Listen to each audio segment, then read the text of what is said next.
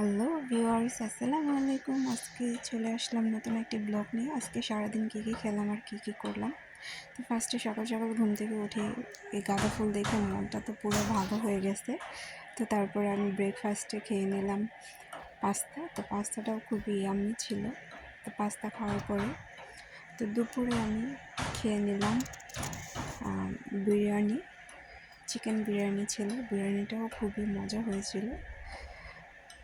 তো তারপরে আমরা আজকে চলে যাব খাতাপুরি খেতে।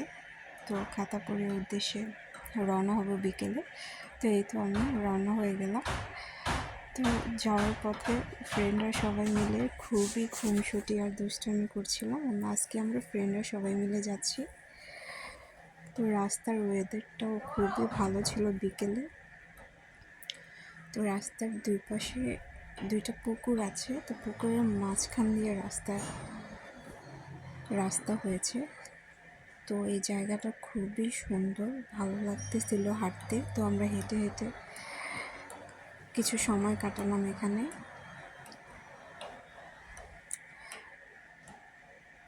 তো তারপরে রাস্তায় যাওয়ার সময় রাস্তার পাশে এই আচারটা পেলাম। এই আচারটা খুবই মজার, ছোটোবেলায় খুব খেয়েছি। তো তারপরে খেলাম এই মামার বেলপুরিটা। খুবই মজার বেলপুরিটা ছিল। একটা সরিষার তেলের একটা আলাদা ফ্লেভার আসছিল বেলপুরিটাতে। আমি এরকম বেলপুরি আর কখনো খাইনি।